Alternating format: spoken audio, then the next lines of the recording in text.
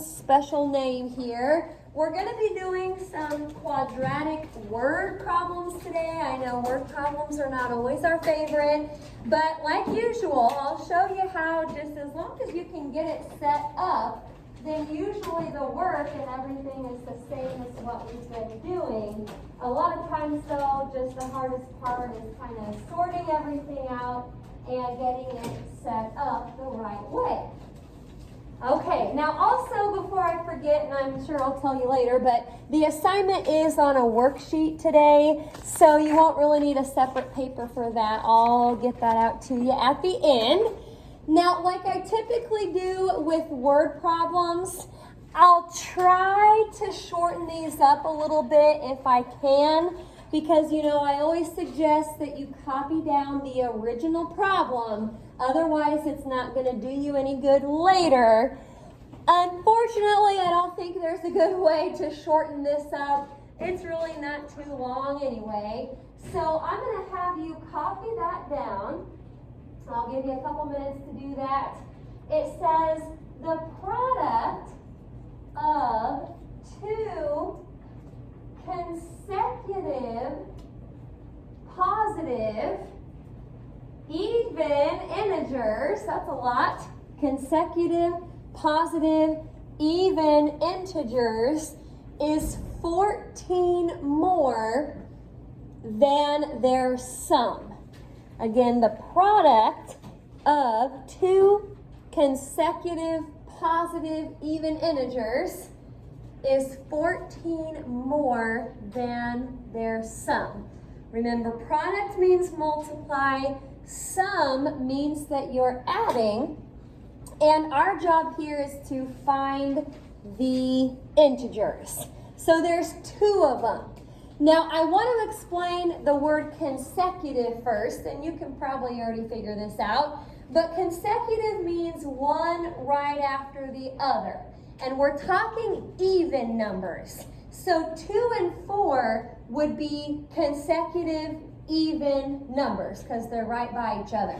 Or 10 and 12, those are consecutive positive even integers because they're right after each other.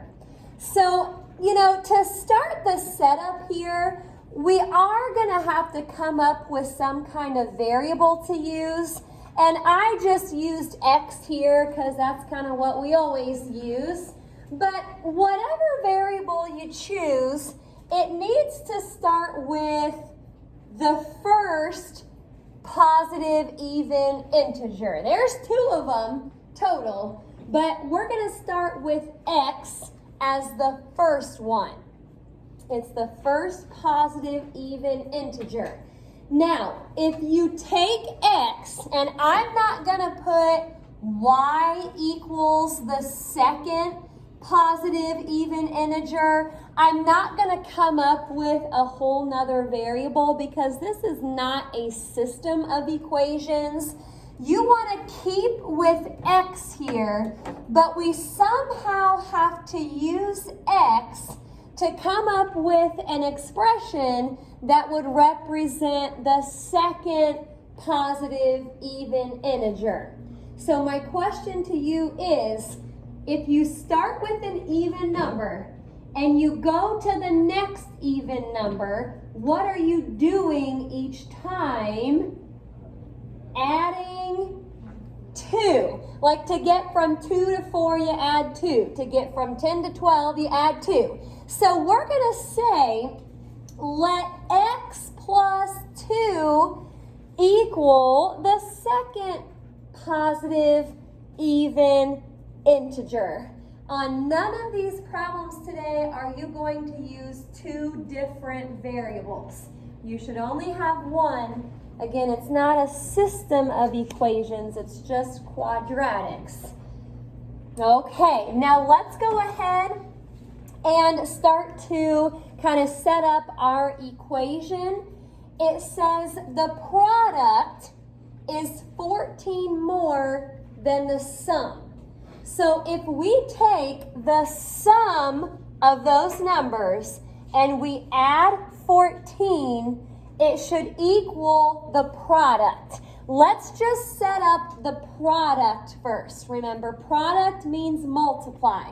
So to find the product, we would just have to take x times x plus 2. That right there is going to represent the product of those two numbers.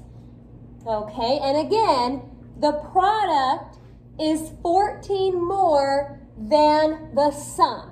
So if we can put our little equal sign after this, it should equal whatever the sum is plus 14.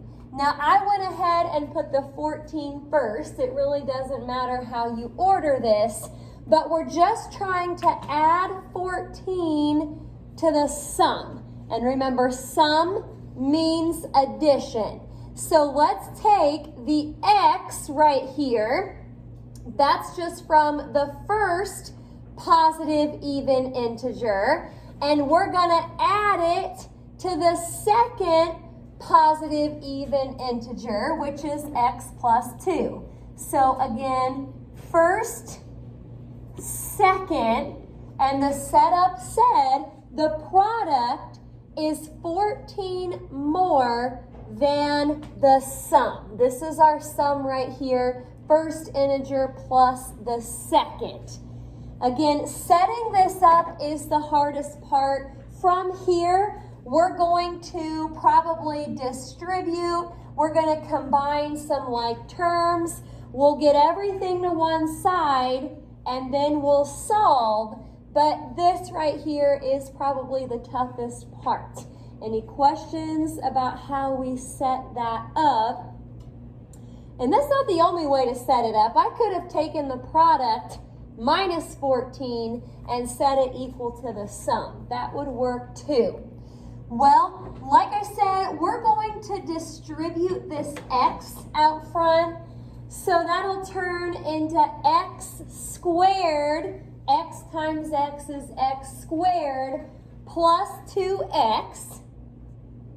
Okay, and over here, 14 plus 2 is 16. X plus x is 2x. So that now says 2x plus 16. Remember what I told you yesterday about solving by factoring? You need it to equal 0. So let's move the stuff that was on the right, let's move it over so it does equal 0. That means subtract 2x. I'm going to go ahead and subtract 16 just right there in the same step.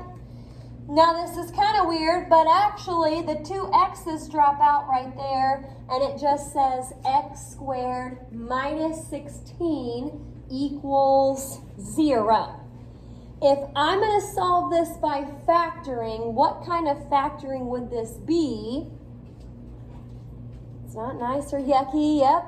Difference of squares. Very good. This is a difference of squares. So let's set up our two parentheses. X times x would give me the x squared. I square 4 to get 16. So make one of those a plus, one of them a minus. And by the time you break those apart and solve for x, you get back a negative 4 and you get back a positive 4. Now hang on a second. X is supposed to be the first positive even integer. You don't want the negative 4 because it's negative.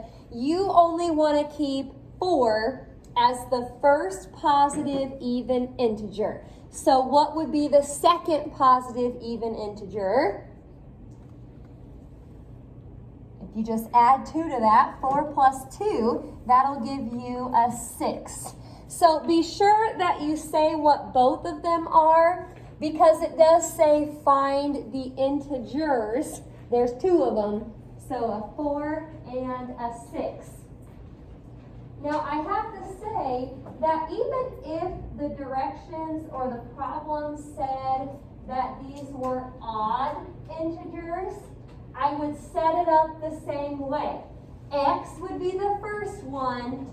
X plus 2 would still be the second, even if it's an odd number, even if it's odd, that's confusing.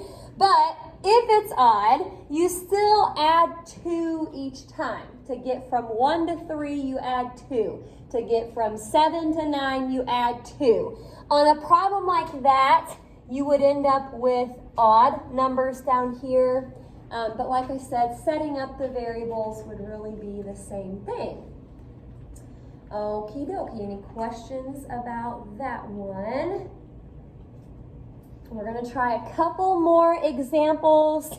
Now with this next one, I'll do a couple parts to it, and you probably don't need to copy this sentence down. It says, Abigail tosses a coin off a bridge into the stream below. Now, let me kind of underline what I would put down if I were you. It says something about the distance. That's going to be important.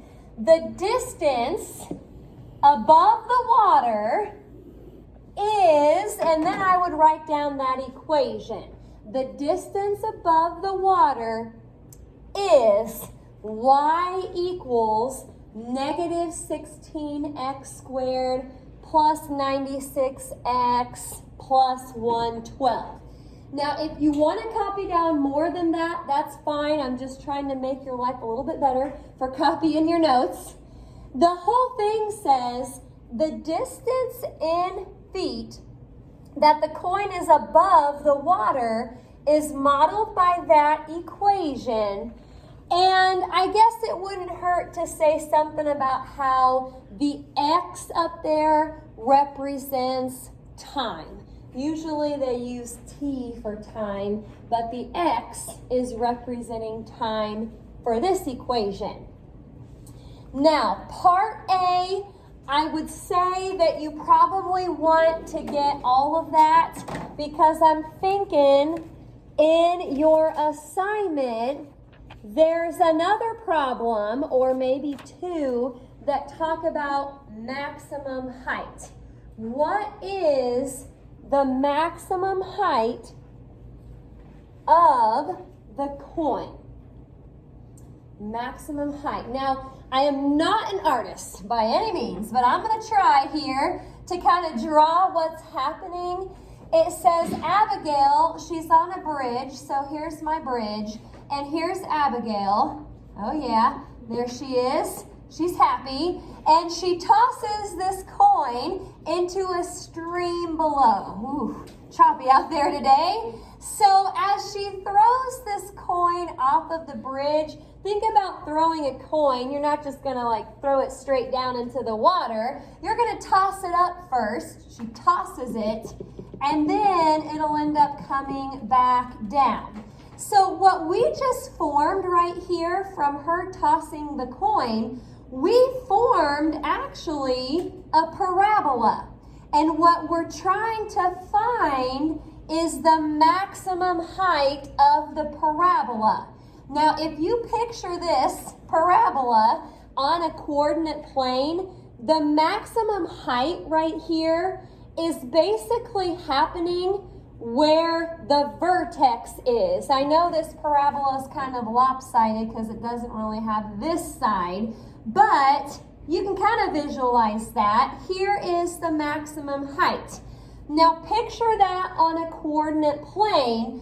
You're basically trying to figure out, and I would probably write this down if I were you, the maximum height is basically just the y coordinate of the vertex.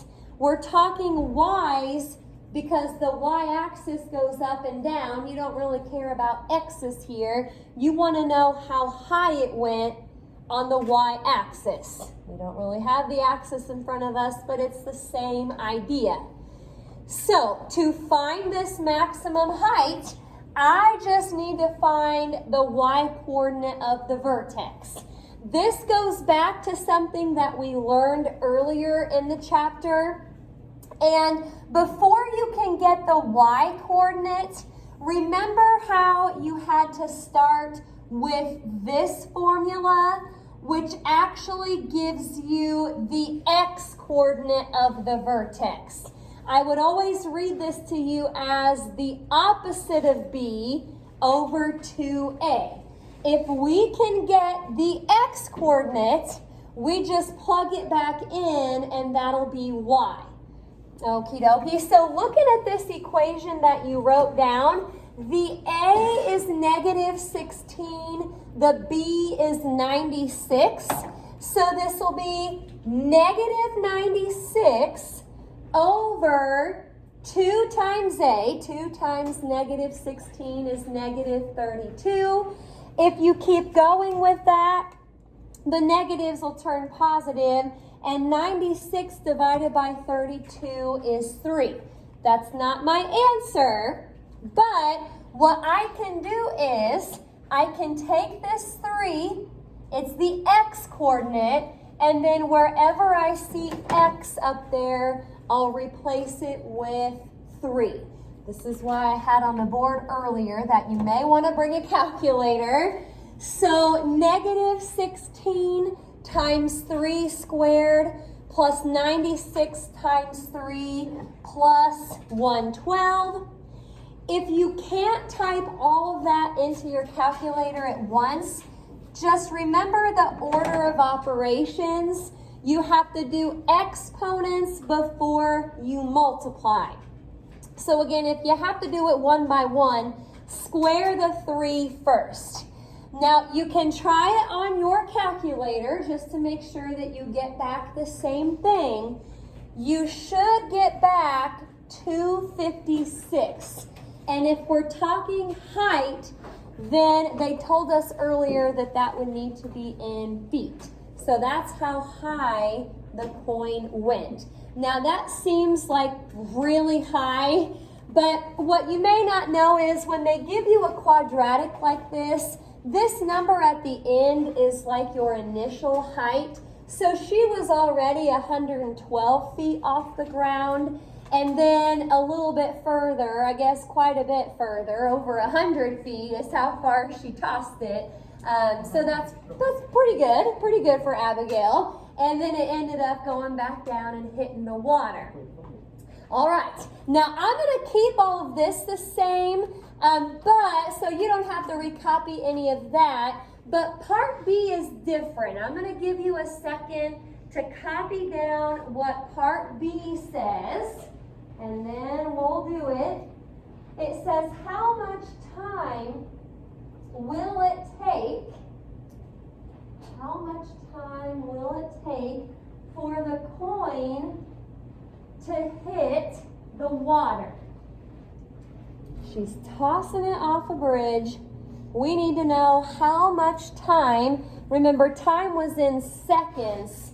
How long will it take for the coin to hit the water? You got an idea?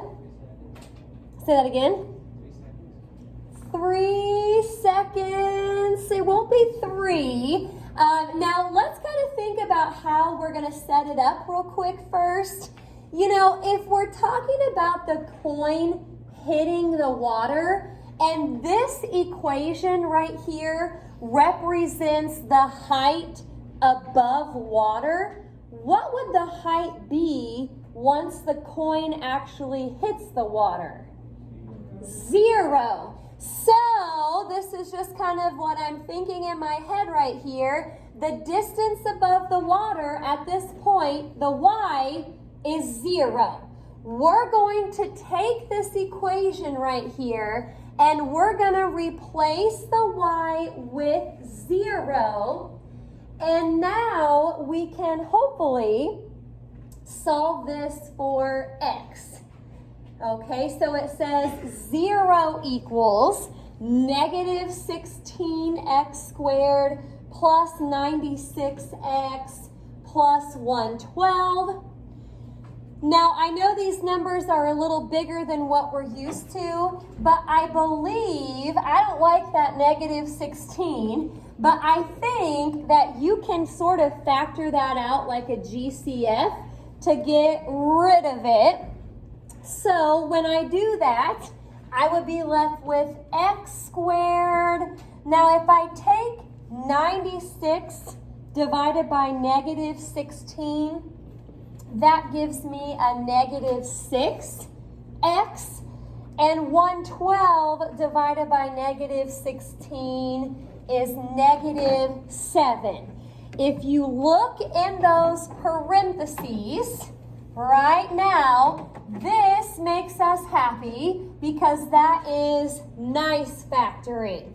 You can leave the negative 16 out front, and I've already got it done up here, but signs will be different, and two numbers that multiply to negative 7 and add to negative 6, it have to be a positive 1 and a negative 7.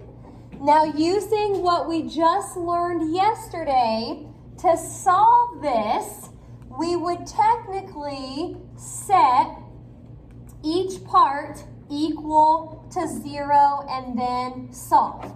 Now, I've already kind of shown you what happens with the negative 16. Negative 16 is never going to equal 0, so that's gone. Now, with the second part, I get back a negative 1. And with the third part, by the time I add 7, I get x equals 7. There's two answers up here, but think about what's happening with this problem. What you just found was how long it takes for the coin to hit the water. There's really no such thing as negative 1 second. So we're going to have to throw not just that out, but also that. And so the only answer that does make sense is 7. It would take 7 seconds for the coin to go up and then all the way back down to hit the water. All right. We've got, I think, one more example that we'll do together, but there are a couple like this in the homework. So hopefully kind of seeing the picture and everything makes it a little bit more clear what is happening. Any questions about that one?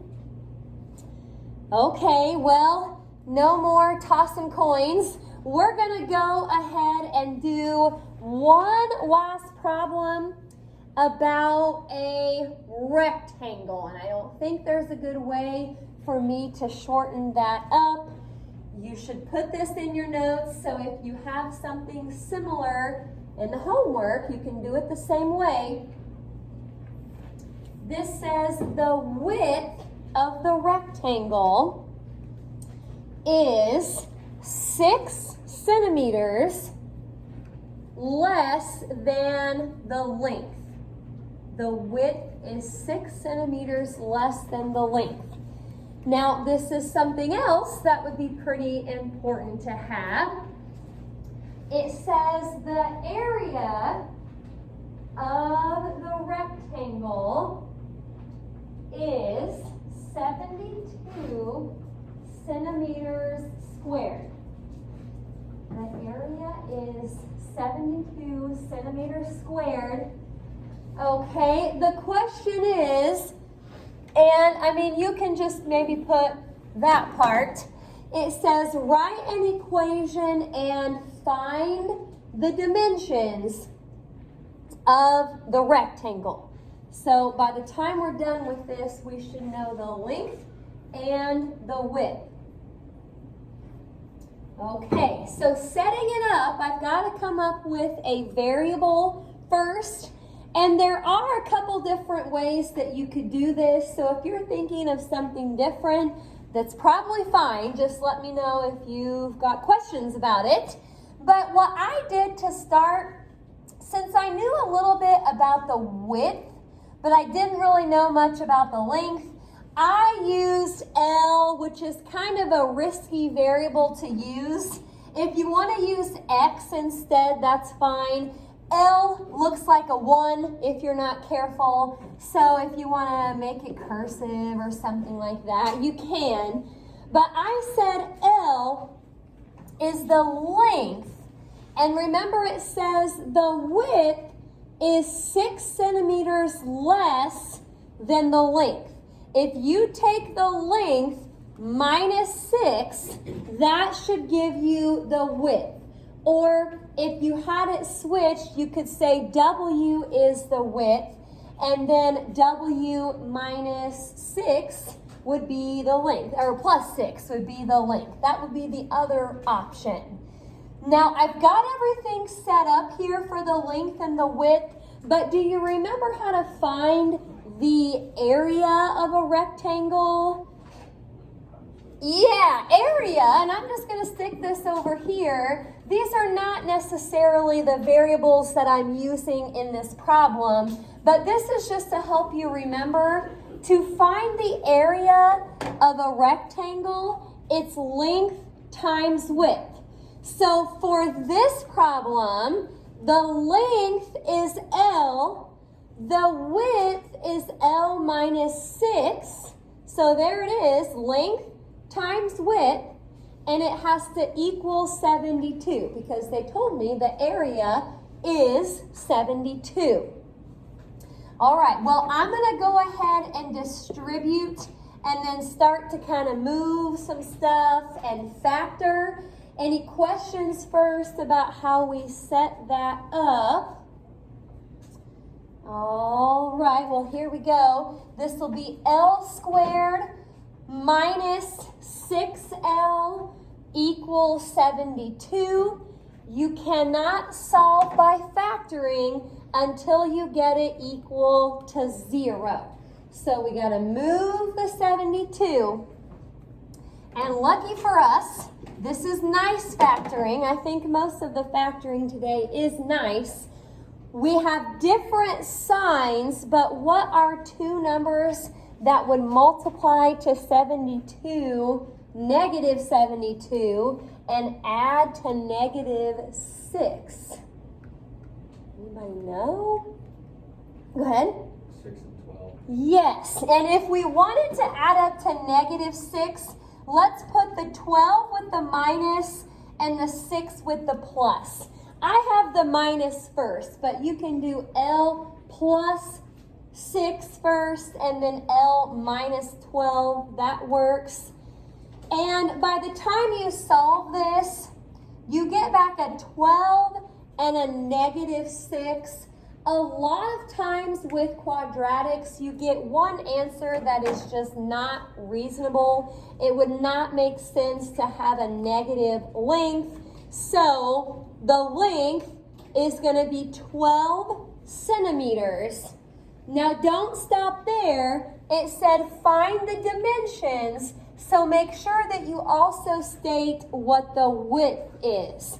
If we take 12 minus 6, that would give us 6 centimeters for the width. All righty, any questions about that? Good stuff there. Well, I'll pass out the worksheet to you.